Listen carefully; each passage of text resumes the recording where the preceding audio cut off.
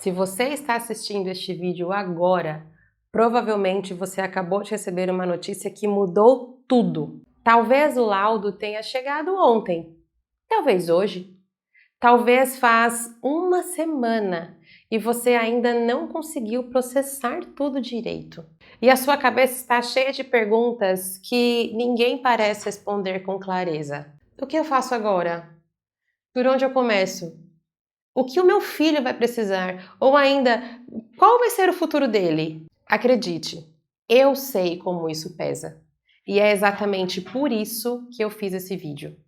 Porque o diagnóstico de autismo não vem com manual. Você recebe um laudo, uma pilha de siglas que você nunca ouviu na vida. CID, DSM, nível de suporte. E é mandado embora para casa para descobrir sozinho o que vem a seguir. Então hoje eu vim aqui fazer o que deveria ter sido feito lá no consultório. Te dar um roteiro claro, baseado em evidências para as próximas 4 semanas, semana a semana, passo a passo. Não é tudo que você vai precisar saber, mas é o que você precisa fazer agora. Você está pronto para isso? Então vamos começar. Vamos iniciar pensando sobre o que o laudo realmente diz e o que ele não diz. A primeira coisa que a maioria dos pais faz ao receber o laudo é tentar ler e entender tudo ao mesmo tempo. E aí é onde vem o caos. Então agora eu vou te ajudar a ler esse documento da forma certa, sem desespero, com tranquilidade. O laudo de autismo, seja ele baseado no CID-11 ou no DSM-5, vai trazer algumas informações fundamentais. A primeira é a confirmação do diagnóstico, F84, ou transtorno do espectro autista. Mas isso é só um código. Isso não define quem é o seu filho. A segunda informação importante é o nível de suporte. Essa informação é muito importante. O autismo é dividido em 3 níveis. Nível 1, que requer suporte. Nível 2, que requer suporte substancial. E o nível 3, que requer suporte muito substancial. É esse nível que vai impactar as prioridades de intervenção. Mas repito, não é uma sentença. A terceira coisa que o laudo deve trazer são as áreas de comprometimento, comunicação social, comportamentos repetitivos e a sensorialidade. O laudo vai dizer o que foi observado.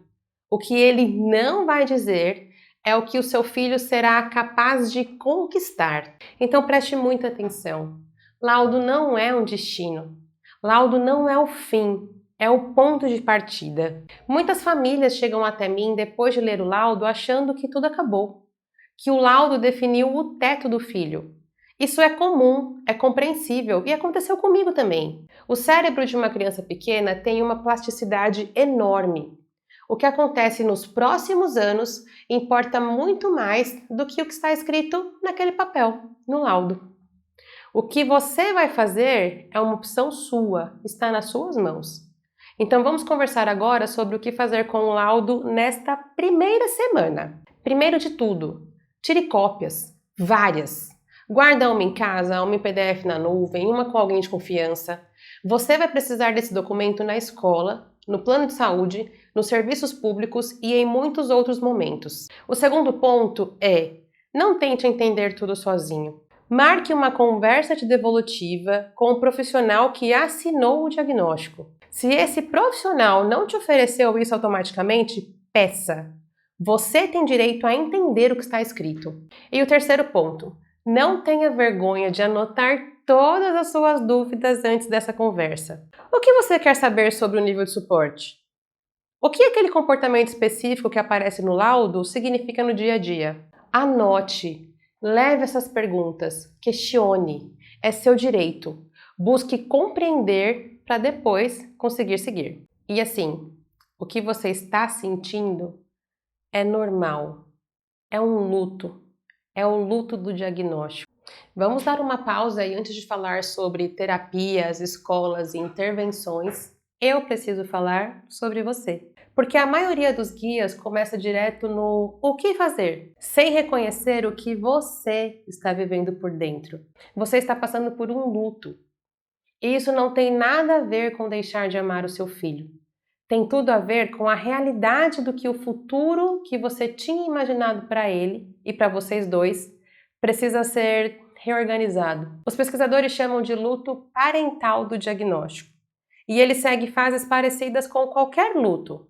Negação, raiva, barganha, tristeza e com o tempo vem a aceitação e a reorganização. Não existe ordem certa, não existe prazo. E você e o seu parceiro ou parceira podem estar em fases completamente diferentes ao mesmo tempo, o que costuma gerar conflito, exatamente quando vocês mais precisam um do outro. Isso é esperado, não é fraqueza, tá? E nem é falta de amor pelo seu filho. Mas é importante você entender o que fazer com o que você está sentindo. Primeira coisa, permita-se sentir. Não tente resolver o problema antes de processar a emoção. Pais que tentam passar direto para o modo resolutivo frequentemente entram em burnout meses depois. Uma segunda coisa que é essencial nesse processo do diagnóstico: não tome as decisões mais importantes nos primeiros dias. Nos primeiros dias após o diagnóstico, o seu sistema de avaliação de risco está hiperativado. Você vai sentir impulsos, você vai ter impulsos de sair contratando 10 terapeutas ao mesmo tempo, de largar o emprego, de mudar de cidade. Respire, você tem tempo. Foi assim comigo, então acredite, você tem tempo. Calma. Cuidado com o que você lê na internet nesse momento. O Google, nas primeiras horas após o diagnóstico, é um lugar super perigoso. Grupos de WhatsApp com muitos membros também é um lugar perigoso. Você vai encontrar casos extremos, mitos, conflitos ideológicos sobre tratamento e muita desinformação. O que eu te recomendo é: busque fontes com base científica. Busque profissionais com formação verificável e busque outros pais que já passaram pelo que você está passando. Não para copiar o caminho deles, mas para saber que dá e que é super possível continuar. E pense comigo, você vai passar por isso. O seu filho vai ter em você o maior aliado que poderia ter. Só pelo fato de você estar aqui, agora, assistindo esse vídeo, já prova isso. Bom, feito tudo isso, agora nós vamos pensar nas 3 prioridades da primeira semana. Vou ser muito direta aqui, porque o excesso de informação nos primeiros dias é um problema real. Você não precisa fazer tudo ao mesmo tempo, você precisa fazer 3 coisas. A primeira prioridade é marcar a devolutiva com quem fez o diagnóstico. Eu acabei de falar sobre isso, mas eu vou reforçar. Se você não entende o laudo, você não sabe para onde ir.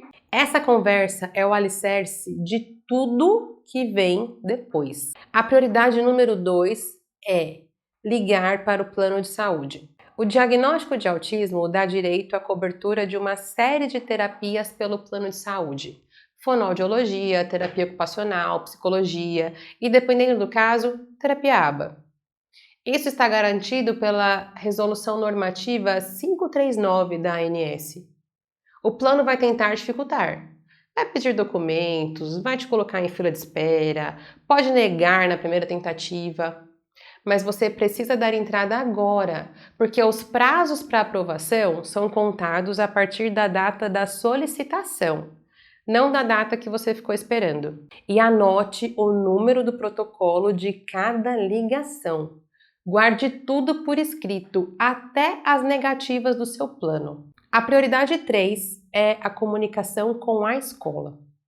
Se o seu filho já está em idade escolar, a escola precisa saber. E você precisa começar a construir essa ponte antes de exigir qualquer coisa. A primeira conversa com a escola não é uma reunião de cobrança, tá? É uma reunião de apresentação.